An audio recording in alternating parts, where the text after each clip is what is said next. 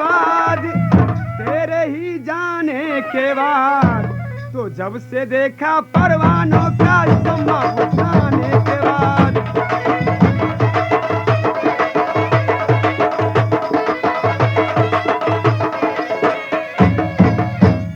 तो नमो नमो श्री जानकी, नमो नमो रघुवीर।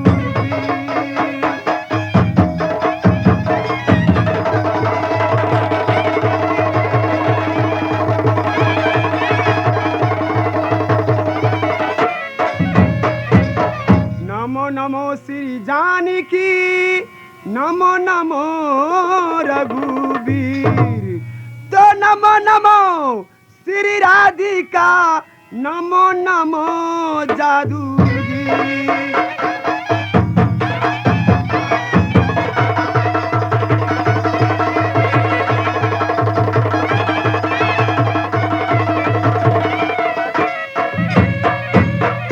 तो भागलपुर भगवती विराजे, दरभंगे के दुर्गा मैया।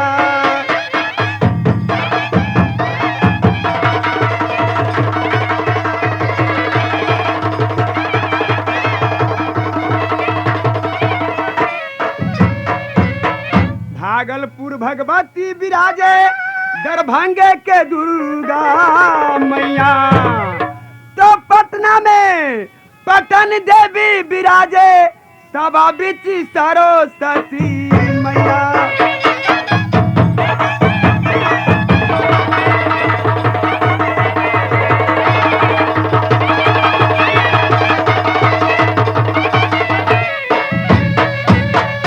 जल बिचे गरा पकड़ा, सुनहु गुहार गोसैया। तो भरी सभा में चिर बढ़ाकर, द्रौपदी लाजी रखैया।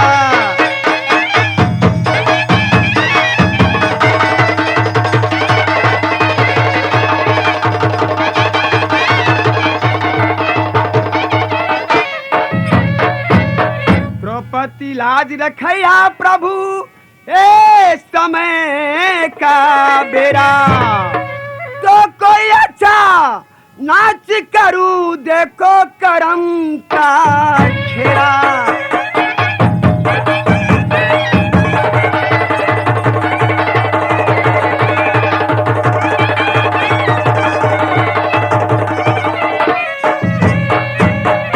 तो नमो नमो श्री जानकी, नमो नमो रघुवीर।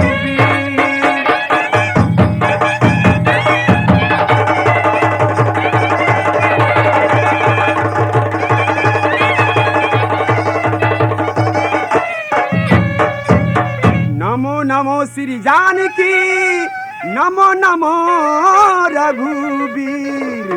तो नमो नमो श्री राधिका, नमो नमो जादूवीर।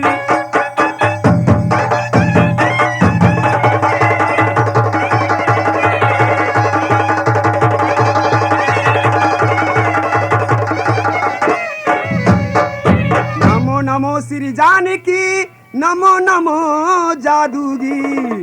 तो नमो नमो श्री राधिका, नमो नमो रघुवीर।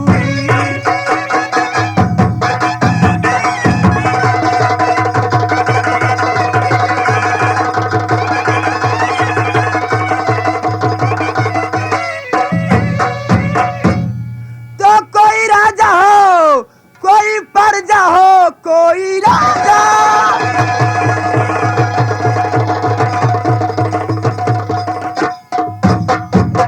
कोई प्रजा हो, यहाँ जोर किसी को चलता नहीं, यहाँ जोर किसी को चलता नहीं।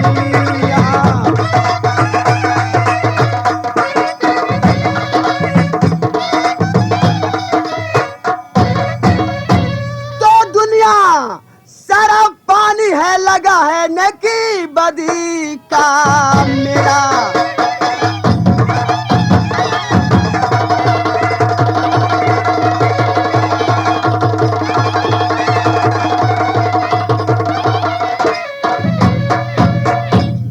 सारा पानी है, लगा है नेकी बदी का मेला। तो आज सभा प्रचार करूं, छोटी बिरजा भारी का खेला।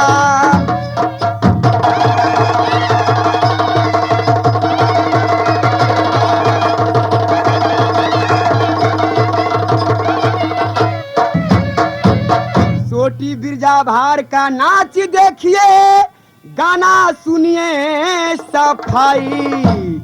इस वक्त से जो कोई बोलेगा तो कसम है गंगा माई।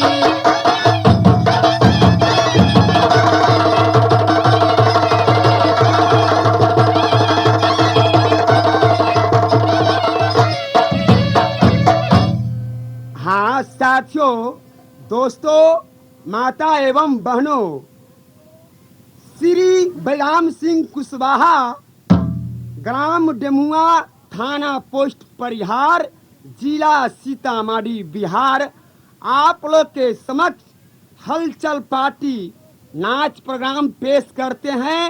छोटी बिरजा भार। जय हिंद, जय भारत। ए बात हाँ बहन सुना, एगो झूमर गाबो और चलो। हे बहन, हाँ अरे हमनी के सब आओ भैया सुन ले बा, अब सबके विचार रहुए पर बा। कैले आजादी गांधी अब बाबा हिंदुस्तानमा ए मोर सखिया बाबा हिंदुस्तानमा ए सखिया हिंदू जाति और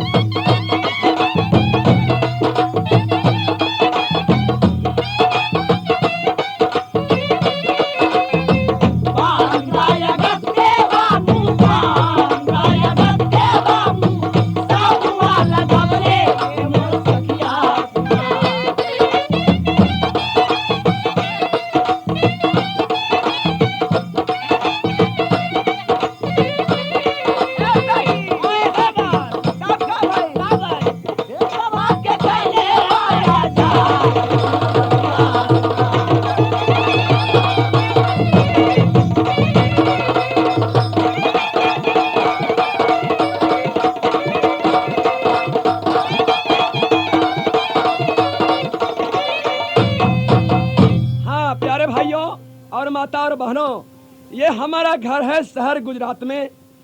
मामा खेखारमन हमारा नाम है। ये हमारे शहर गुजरात में एक सिपाही है। मैं सिपाही को बुलाता हूँ। सखिया रामा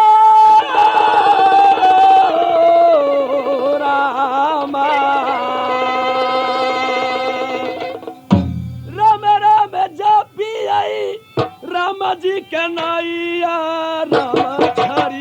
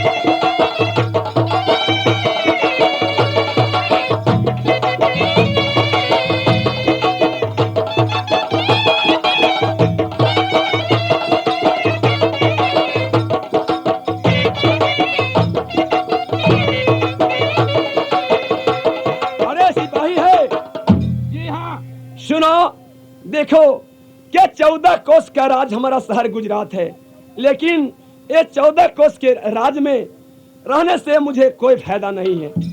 देखो कि हमारा हमेशा मन उदासी किस लिए रहता है तुम्हें तो मालूम नहीं है कि नहीं। देखो क्या 360 रानी हमारे पास है, लेकिन एक भी रानी को पास न तो पुत्र है न पुत्री है। इसीलिए मेरा हमेशा मन उदासी रहता है। देखो कि न जाने भगवान हमें बदन में कौन सा बीमारी दे चुके हैं, पता नहीं चल रहा है। मेरा विचार यह है कि कोई डॉक्टर वैद्य हो, कोई पंडित हो, यहाँ तुम बुलाओ शहर गुजरात में, उसे जांच पड़ताल हम कराएंगे। जी हजूर, 14 कोस राज गुजरात का अंदर आपने 12 बरस 360 नारी में एक पुत्र और पुत्री नहीं हुआ नहीं, और कितने मैंने डॉक्टर वैद्य और रोगियों से इलाज करवाए और वैद्यों से ये रोग आपको दूर नहीं गया। इसलिए हजूर कोई वैद्याई दवा को किया जाए। इसीलिए मैं कह रहा हूँ सिपाही, रे कैसा ना बीमारी इस बार हमरा देला कई सहारा।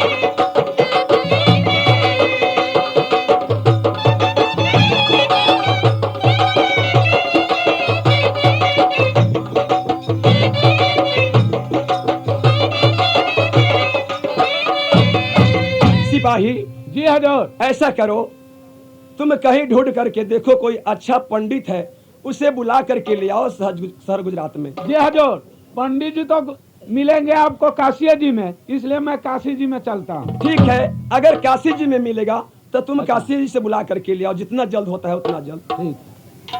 तो भाई जी मेरा चना बनाई ओटा, आ सुनला 203 के झगड़ा बीच में बोढ़वा बन गया लबरा। चना जोर गरम, चना जोर गरम, भौजी भूरुक बाबला बे, चना जोर गरम।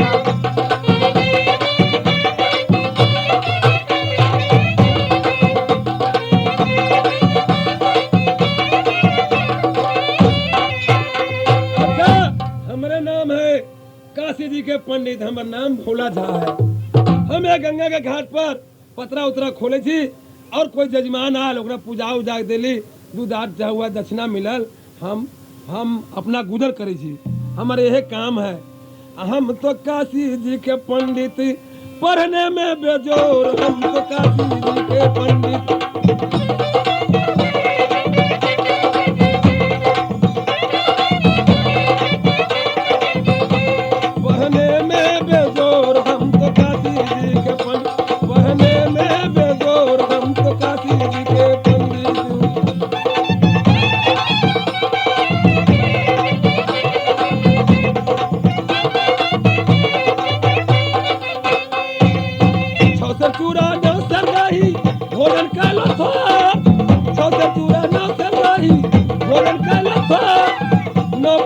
पानी पीली तयो न पहली और हम तो काशी जी के पंडित, पढ़ने में बेजोर, हम तो काशी जी के पंडित।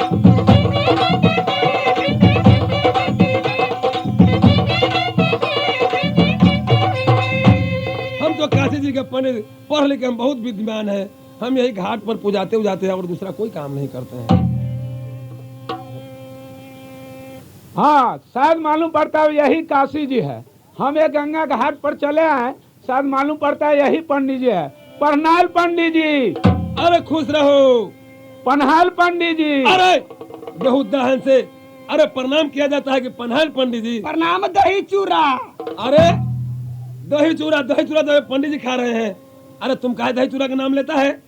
आप क्या कहे हैं, 100 सेर चूरा 9 सेर दही खाई नित दिन भोर, और 9 पकड़ के पानी पीली तैयो न पैली हो रे बहजो के सारी पेट है कि डराम है। अरे बेहूद दहन से, ये तो बहुत कम खुराक है हमारा। यही खुराक है आपको? हाँ, ये तो नाश्ता का खुराक ही है। नाश्ता का खुराक ही है? हाँ, एक के बेर में इतना खाते हैं? इतना। आपका नाम क्या हुआ? हमारा नाम है भोला झा। भोला सर? अरे भोला झा। आपका मकान कहाँ है? काशी जी। काशी नगरी। आपको क्या काम है? काम यह है कि आप शहर गुजरात में चले। हमारे राजा खेखरमल को हुक्म है कि तुम जाओ एक पंडित को बुला कर लाओ, वहाँ आप चलिए, आपको बहुत दान दक्षिणा मिलेगा। ठीक है, हम चल रहे हैं। तो चलिए। यही खोजता ही है। चलिए। प्रणाम हजूर। खुश रहो। हजूर पंडित जी आ गया। सिपाही जी। ए पंडित को तूने बुला करके ले आया? क्यों नहीं हजूर? ठीक है, प्रणाम पंडित जी। खुश रहो जजमान। पंडित जी, हाँ, आपको शहर गुजरात में इसीलिए बुलाया गया है किस लिए? कि भगवान हमें कोई चीज का कमी नहीं दिए हुए हैं। ये 14 कोस का राज हमारा शहर गुजरात है और 360 रानी हमारे पास है। पंडित जी, ये हमें बदन में न जाने भगवान कौन सा बीमारी दे चुके हैं। बहुत सा दवा, बहुत सा डॉक्टर हकीम हमें में लग चुके हैं, लेकिन ये बीमारी दूर होने के लिए तैयार नहीं राजा है। साहब, जब तक ये बीमारी को खुलेआम बात नहीं कहिएगा तो मैं पंडित जी जानूंगा कैसे? पंडित जी, ये हमें बदन में एक कोढ़ी कुष्ठ का बीमारी है। ये बताइए कि बीमारी कैसे दूर होगा? राजा साहब, ये बीमारी तो प्रभु का देन है, मगर आप कहते हैं तो अपना पतरा से खोल करके क्या आवाज देते हैं पतरा में, ये हम जरूर बता सकते हैं। ठीक है पंडित जी, अपने पतरा में उचार करके देखिए कि कैसे क्या होने वाला है। राजा साहब, हम पतरा जब खोले हैं तो पतरा से क्या आवाज देते हैं? क्या उसमें लिखा है कि आपका 360 रानियां हैं। अच्छा। और रानियां को एको को पुत्र पुत्री नहीं है। नहीं। मगर आपका बीमारी किससे दूर होगा? अच्छा। कि जो सोरठपुर के सोरठी रानी है, उस वक्त जो हर के लिए आएगा, और उसका आंचल के हवा लग जाएगा आपको, तो आपको बीमारी आपसे आप दूर हो जाएगा। दूर हो जाएगा। हाँ। पंडित जी ये बताइए कि सोरठपुर में इस सोठी काना को लाने के लिए कौन सा आदमी जाएगा? आपने सोचिए कौन जाएगा, हम क्या जानते हैं? नहीं, ये आप बताइए वहाँ कौन जाएगा? सो हमारे ही बताने का होगा। हाँ पंडित जी। राजा साहब, आपको बहन है? जरूर बहन है? है। आपको भगना हीरालाल है? है। वो गया है गौना कराने। अच्छा। गौना करा करके आप लौटेगा। अब उसको तिलाकर लिख करके अब उसको दरवाजे पर टंगवा दीजिए, चौकट पर सार दीजिए। अच्छा। पान का पीरा यहाँ तिलाक देकर लगा दीजिए कि जो ये पान का पीरा खाएगा और माई के तिलाक धके, और उसको जाना पड़ेगा सूरजपुर, सूठी रानी को हर पिलाना पड़ेगा। ठीक है पंडित जी, आप दान दक्षिणा लीजिए और अपने घर जाइए। इतना बात मैं अपने सिपाही के साथ कर लेता हूँ। कर लीजिए। चलिए पंडित जी भूसुल्ला में। सिपाही जी हजूर। ये तुम यहाँ से चले जाओ सोरठपुर में, सबसे पहले भगना हीरालाल के बुला करके लिया। हजूर आपको यह कहना है कि हमारी बहन दक्षिणी शहर में बसती है। हाँ। उनका कोख से एक लड़का हीरालाल पैदा हुआ है ना? हाँ। उनको बुला कर लाना। अगर नहीं हो तो ये पाती दिए हैं, वो गेट पर टांग कर लौट के चले आना। ठीक है।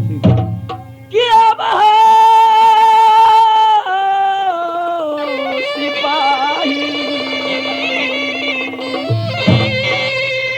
जल्दी बोला के भगना के लाबहू या जुए के दिनवा तू न हो सिपाही।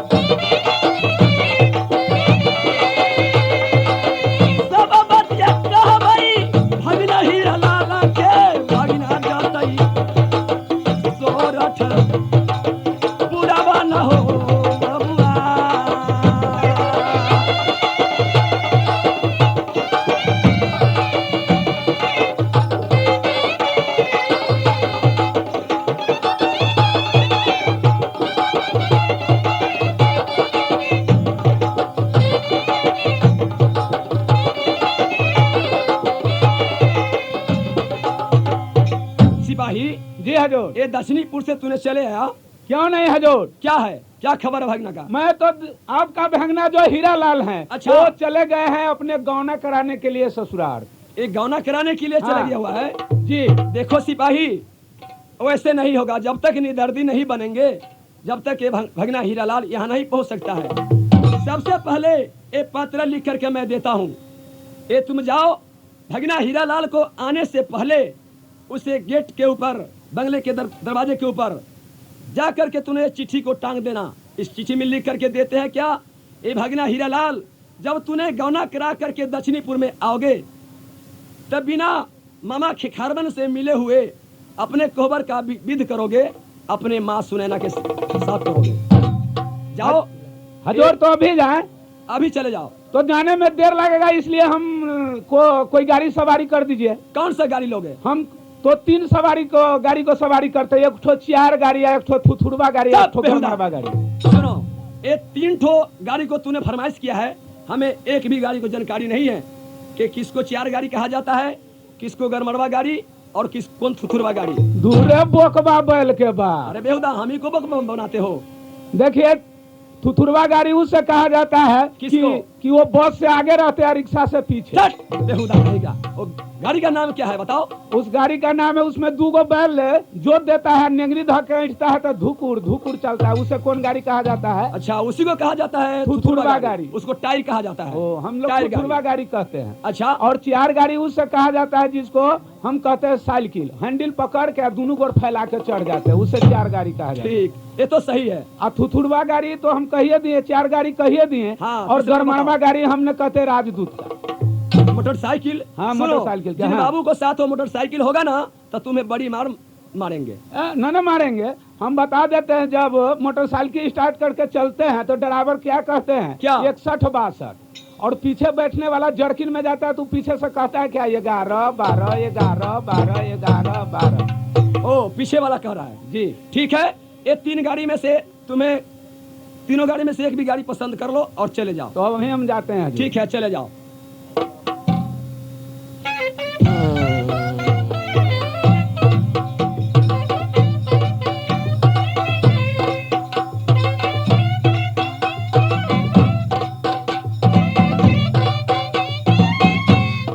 ठीक है, यही दक्षिणी शहर है। मैं यही गेट पर और पात्री को मैंने टांग देता हूँ चिट्ठी को और यहाँ से चल पड़ाते हैं।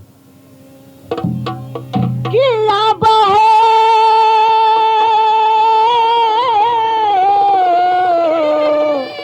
रामा हो मेरा मेरा में हम जी के रामा जी के नाइया हो रामा जी के नाइया हो राम जी ले गई है बेरा पार न हो राम।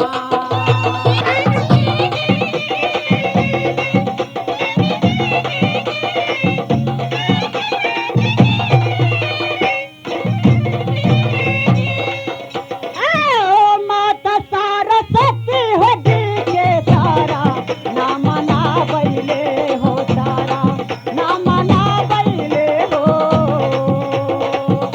जिन मैले बेले बागे आनन हो राम।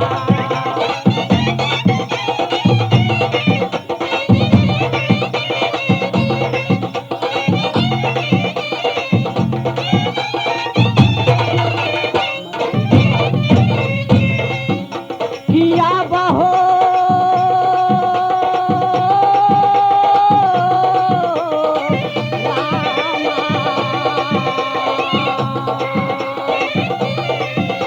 ओ गावना करली हो रामा ब्याही आई तिरिया बाके ब्याही आई तिरिया बाके चलता नि दक्षिणी पूरा राज न हो राम।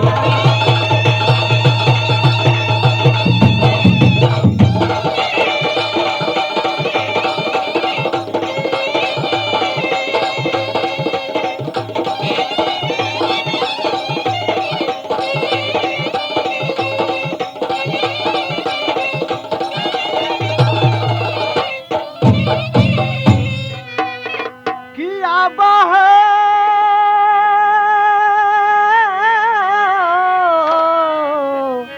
रामा हो राम मेरा मेरा में हम जी के रामा जी के नाइया हो रामा जी के नाइया हो राम जी ले गई है बेरा पार न हो राम।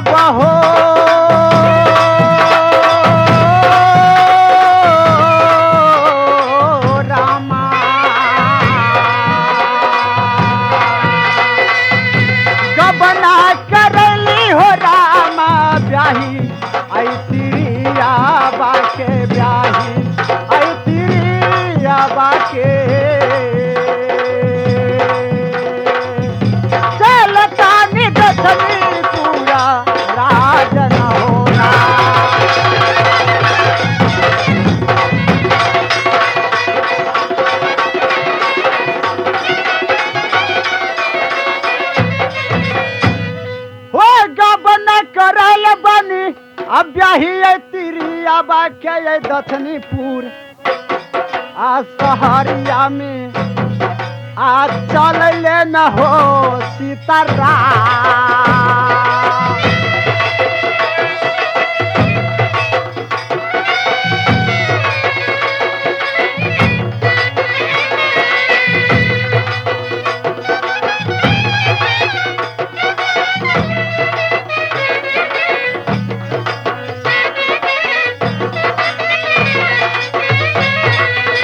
संगवा में बारे ये रामा ब्याही तिरियावा हो।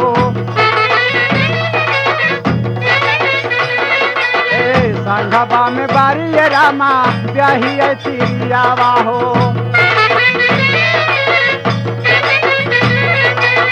चल तनी अपना घर द्वार न हो रहा।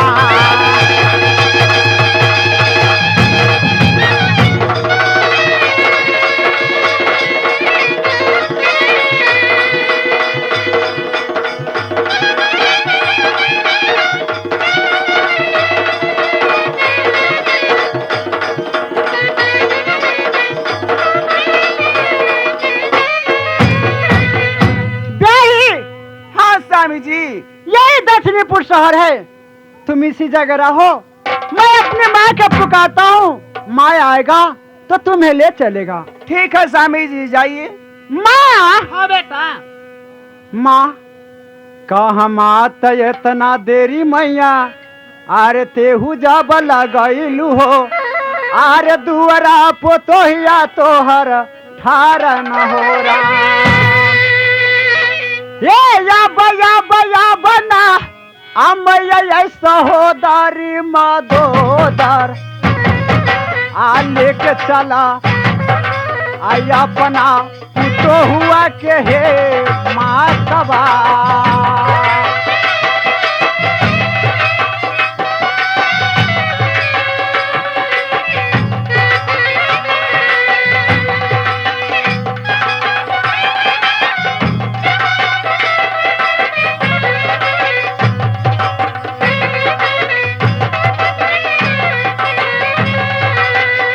बहे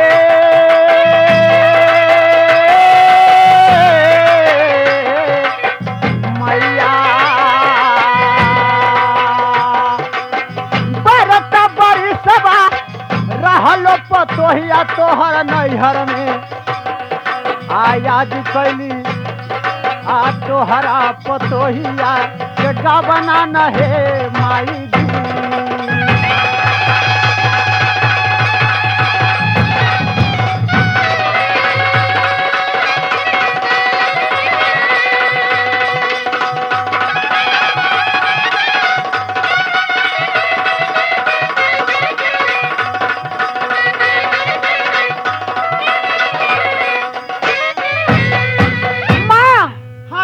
यही पुता है और मुंह देखो और ले चलो हवेली में। माँ ठीक है बेटा। किया बहो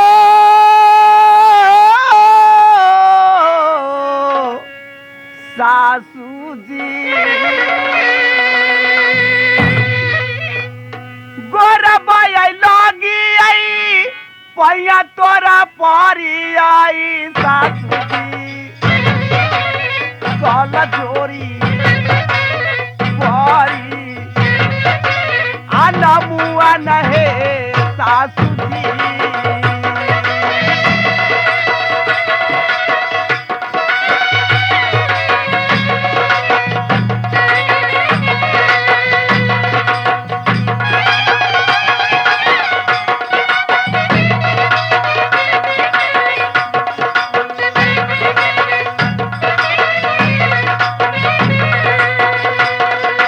सासू जी है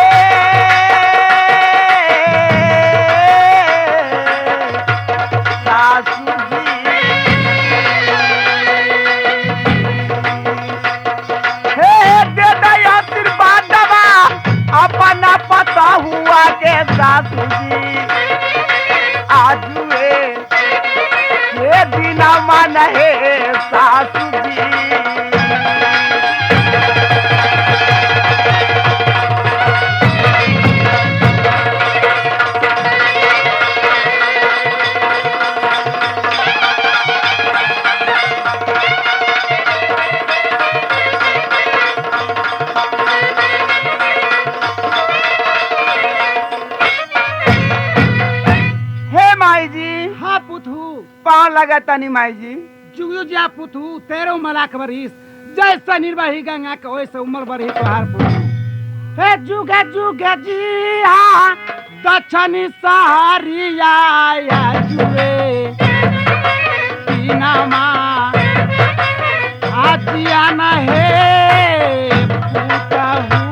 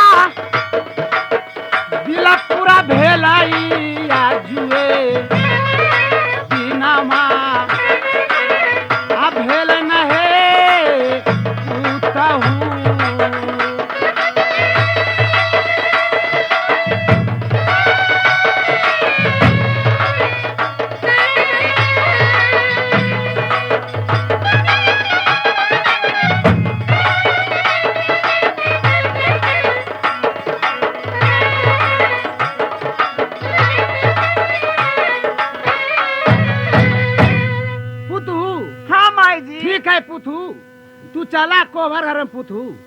ठीक बा माई जी चली चल तानी। किया बहे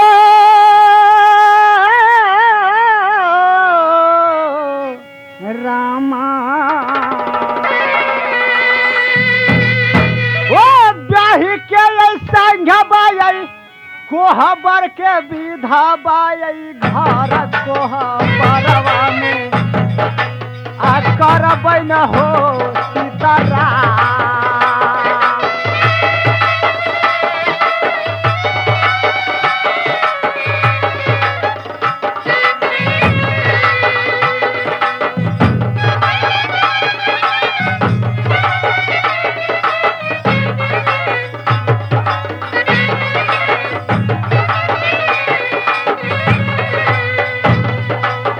चलतो में बारी और रामा कोहबर के घरवा हो।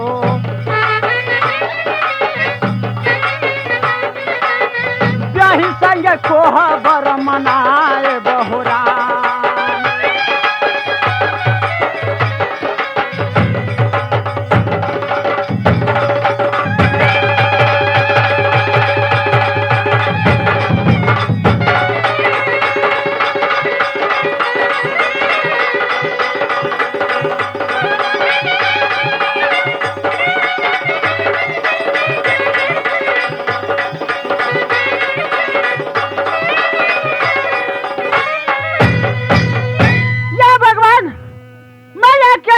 कोहबर के घर में सिंह दरवाजे के सामने यह लेटर लिख कर की मामा ने भेजा है।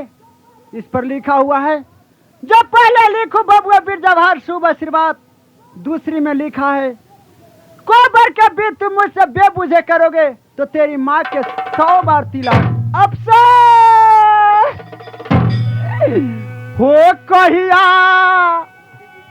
के दुश्मन हो मामा जी बारे बिरजा भारा हो बारे बिरजा भारा हो।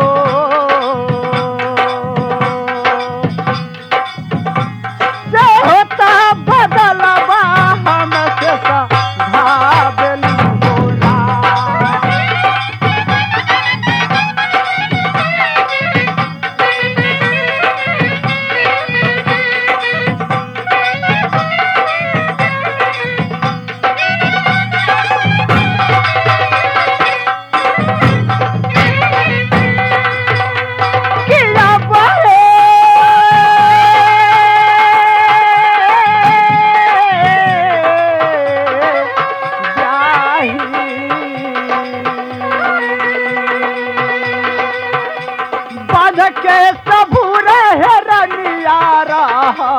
दथनी पूरा बाहे रहा दथनी पूरा बाहे मामा लिखली माई के तिलक न होला।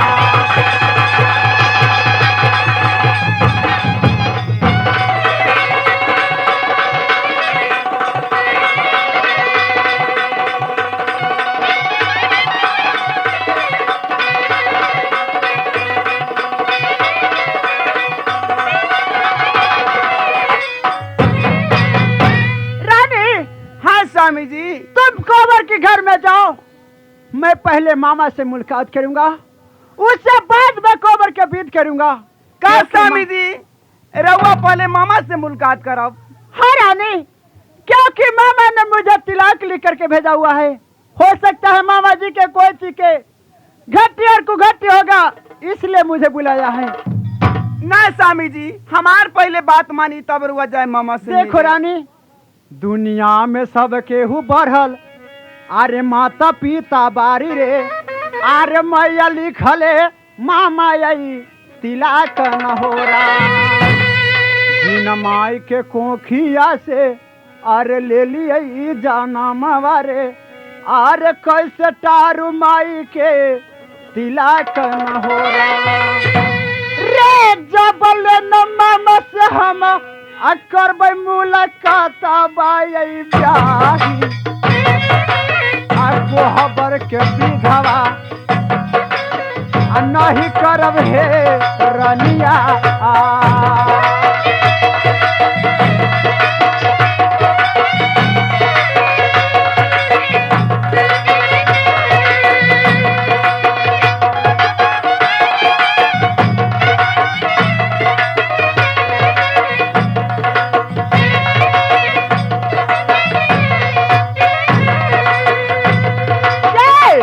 राम राम हो जी के, राम जी के नैया हो।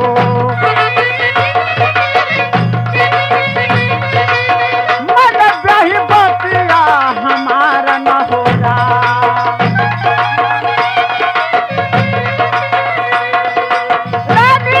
हाँ स्वामी जी, तुम इसी जगह रहो, मैं मामा के द्वार जा रहा हूँ। स्वामी जी, मगर ये काम ठीक नहीं खे। किया बहो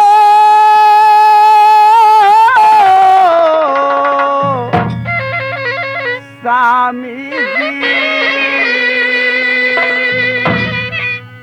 हो गबन कराई के घर बैठा वाला बलुआ, अपने जाइछा मामा के दुआरिया न हो स्वामी जी।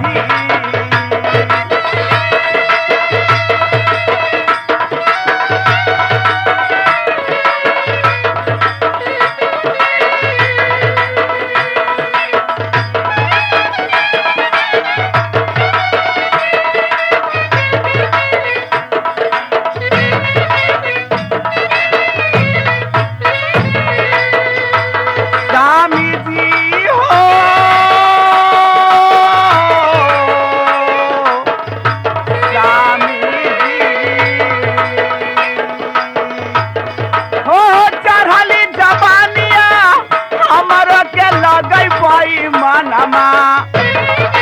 कोहबर के विधवा न कैला न हो पियबा।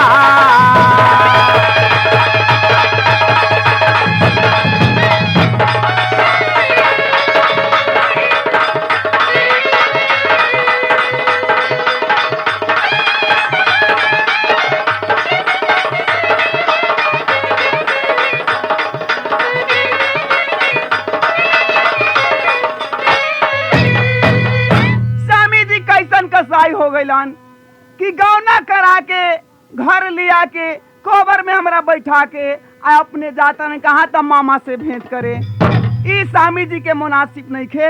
अच्छा ठीक बा, हम जाता नहीं कहा था अपना सासू जी के पास, सासू जी के कोई बात पूछब और सासू जी से बतियाए। सिपाही जी हजूर, सुनो, अब भगना हीरालाल एक गौना करा करके दक्षिणीपुर शहर में आ गया होगा। सबसे पहले एक पान का बिरा लगा करके रख दो और तिलक रख दो के बिना सोठीपुर जो जाएगा वही पान का बीरा चबाएगा।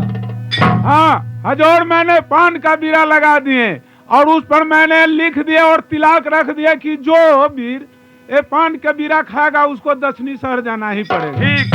मैं ये क्या देख रहा हूँ, मामा जी आज मुझ पे बहुत खुश होकर के पान का बीरा सजाया हुआ है।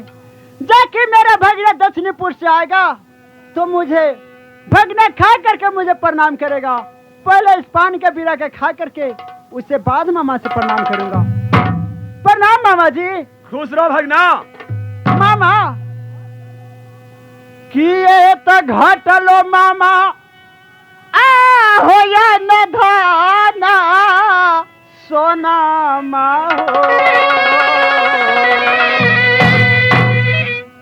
आर किए घटलो मगही डोलिया पान न हो किए कोई तिरिया तोरा अब बिरही बोलिया बोल लो यही मामा आज से हम के दुआई लिखला दिला कबा न हो मामा जी।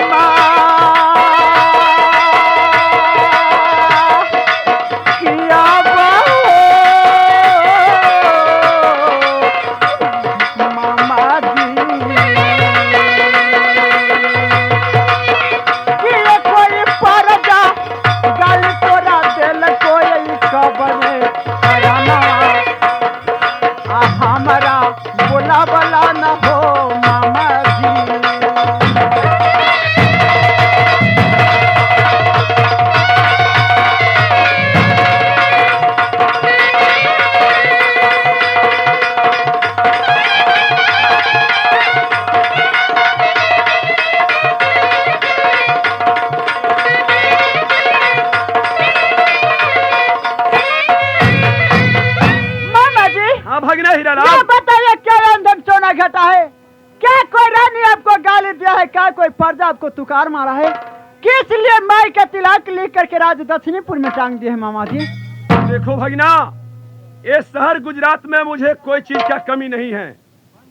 सबसे पहले ये सुन लो कि तुम यहाँ पहुँचा है शहर गुजरात में। हाँ मामा जी। ये पान का बीरा रखा हुआ था, बिना बुझे सुझे तूने पान का बीरा चबा लिया है। ये बताओ कि उसमें कुछ मकसद है कि नहीं है? मामा जी हाँ, मैं तो ये सदा हूँ जो बचपन से पोस करके जवानी किए हैं आप।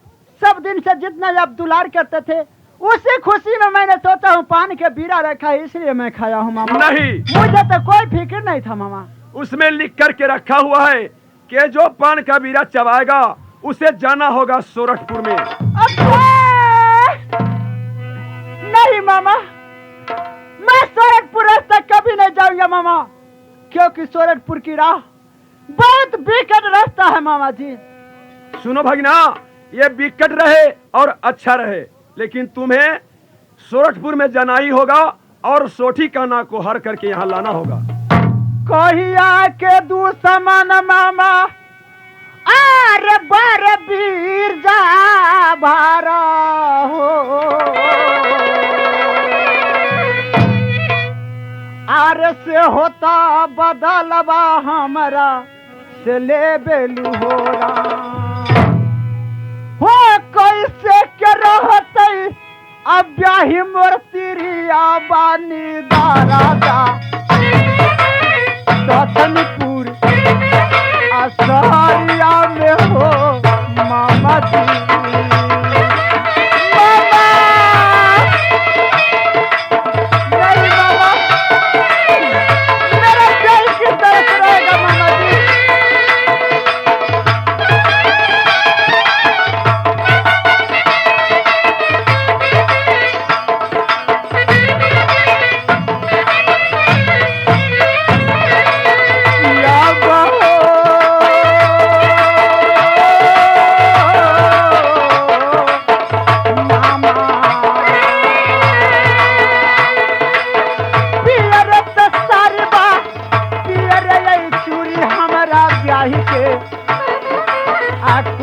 घर के विधवा आने का नहीं कैलिए नहीं मामा जी।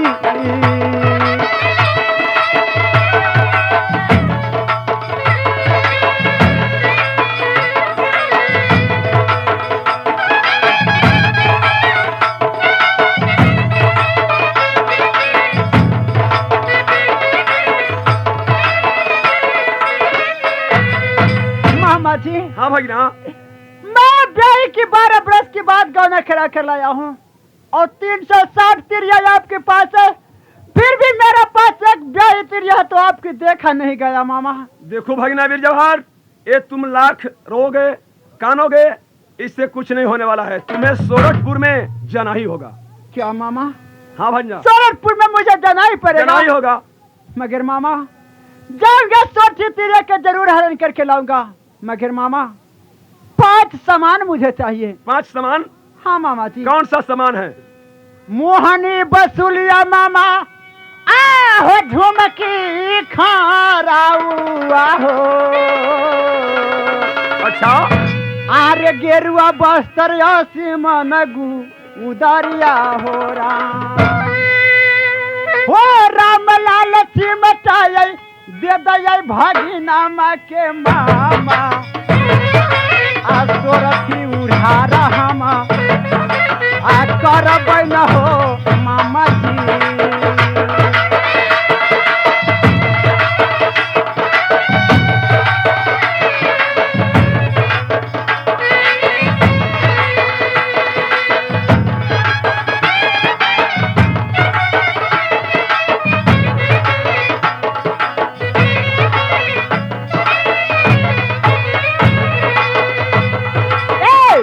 बत सुनय मामा भगिना के बतिया हो।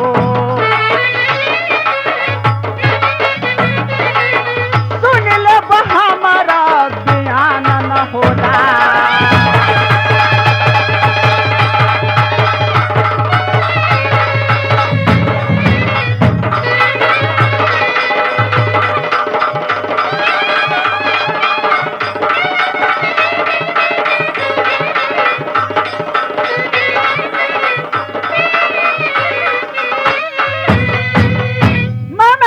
हाँ भगीना, ये 5 सामान मुझे दीजिए, जाके सोठी उधार में मैं सफर करूं मामा।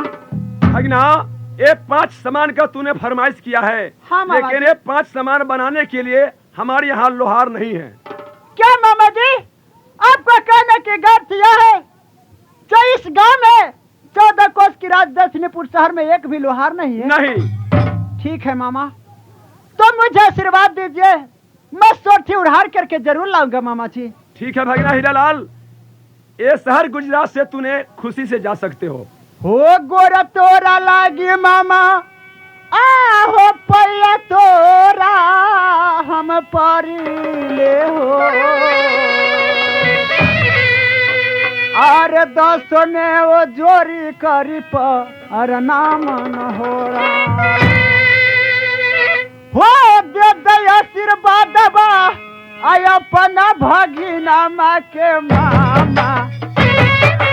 आज हम सोरथी आशीरिया वाला हो मामा जी।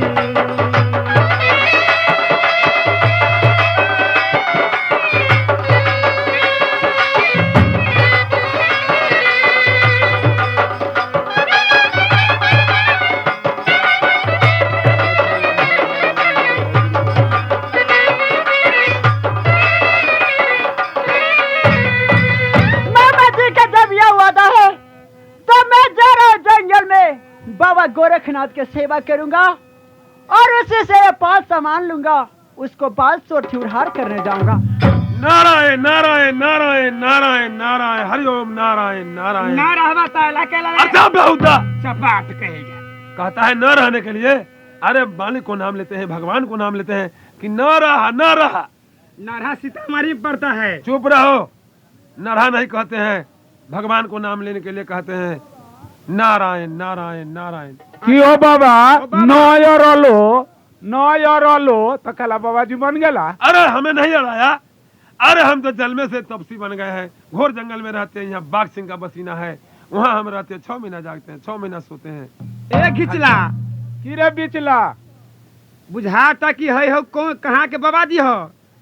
है बुझाता जनकपुर के बाबा जी हो। हाँ जनकपुर का बाबा जी हो तो मार खाई।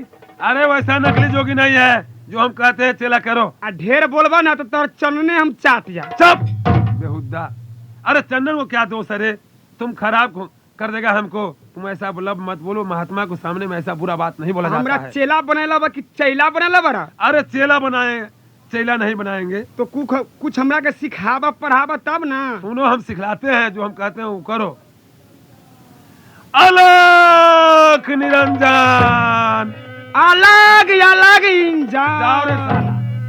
अरे अलग अलग इंजन कहते हैं कि कहते हैं अलग अलग निरंजन? आप ही ने कहते हैं अलग अलग इंजन। चुप रहो 9 लाख बेहुदा। सरिया के पढ़ावा। अरे हम जो कहेंगे अलग निरंजन हाँ। तो तू भी कहना अलग निरंजन। ठीक है। अलग निरंजन। अरे चुप साला। आप ही ने बता। ए चेला हाँ बाबा तो बोलो पढ़ाइए। अलग निरंजन। अलग अलग इंजन। अरे चुप। यहो साला वही सही है। ए चेला साला नहीं है, दोनों चेला है। इस साला बुझाता है कि गौरी का ट्रेन का इंजन है रे। ट्रेन का इंजन है। तो बॉबे ने कहता है, लाठी में मुंह धकेल देंगे। बॉबे ने कहता है ऐसे बाबा हम लोग को पढ़ाइएगा तो मारे मुंह से थप्पड़ फुला देंगे। अरे हम ठीक से पढ़ाते हैं चेला, तुमको पढ़ने नहीं आता है।